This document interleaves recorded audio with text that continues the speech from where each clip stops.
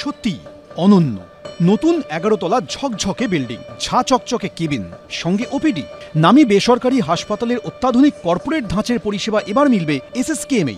মঙ্গলবার নতুন উডবার্ন 2 ব্লকের উদ্বোধন করলেন মুখ্যমন্ত্রী মমতা বন্দ্যোপাধ্যায়। নাম রাখা হয়েছে অনন্য। রাজ্যের সরকারি হাসপাতালে পয়সা দিয়ে চিকিৎসা পরিষেবা, এই মডেল প্রথম চালু হয়েছিল এসএসকেএম এর উডবার্ন ব্লকে। এবার সেই মডেলকে আরও বৃহৎ আঙ্গিকে আনার জন্যই উডবার্ন 2 এই প্রকল্প এসএসকেএম হাসপাতালে চালু হচ্ছে। এটা হচ্ছে উডবার্নেরই দ্বিতীয় সংস্করণ, আরও ভালো করে করা হয়েছে।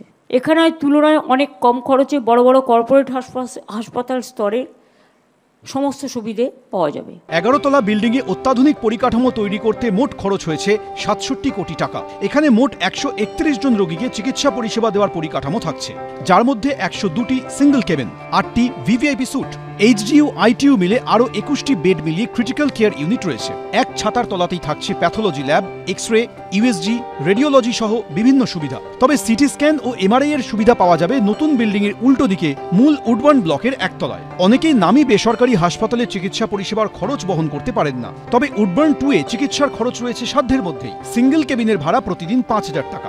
সিঙ্গেল স্যুটে কোনো রোগী থাকলে প্রতিদিন গুনতে হবে 8000 টাকা করে।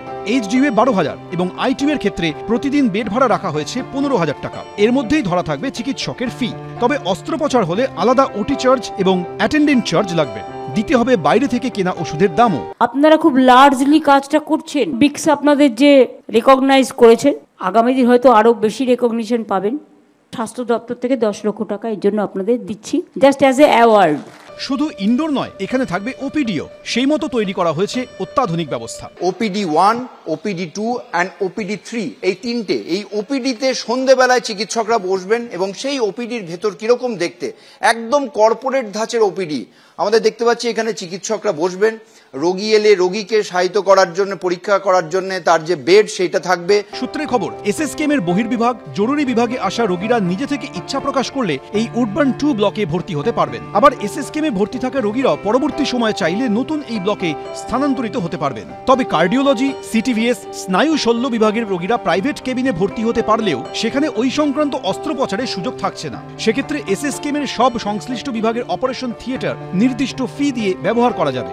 এদিন উডবার্ন 2 এর উদ্বোধনে রাজ্যে 2টি ক্যান্সার হাসপাতাল তৈরির কথাও শোনা যায় মুখ্যমন্ত্রীর গলায়। আমরা অত্যাধুনিক একটা ক্যান্সার হসপিটালও করছি, তার বিল্ডিং এর জায়গাও আমি দেখিয়ে দিয়ে গেছিলাম, বিল্ডিংটা প্রায় হয়েও গেছে। এটা টাটা ক্যান্সার মুম্বাইয়ের সাথে আমাদের একটা কোঅর্ডিনেশন হয়েছে, দুটো করছি আমরা। একটা এসএসকেএম কে দেওয়া হয়েছে, আর একটা দেওয়া হয়েছে নর্থ বেঙ্গল মেডিকেল কলেজকে। পূর্ব ভারতের মধ্যে এখানেই প্রথম বোন ব্যাংক তৈরি হচ্ছে বলেও এদিন জানিয়েছেন মুখ্যমন্ত্রী। আশাবুল হোসেন, সন্দীপ সরকার, ঝিলম করঞ্জাই, এবিপি আনন্দ।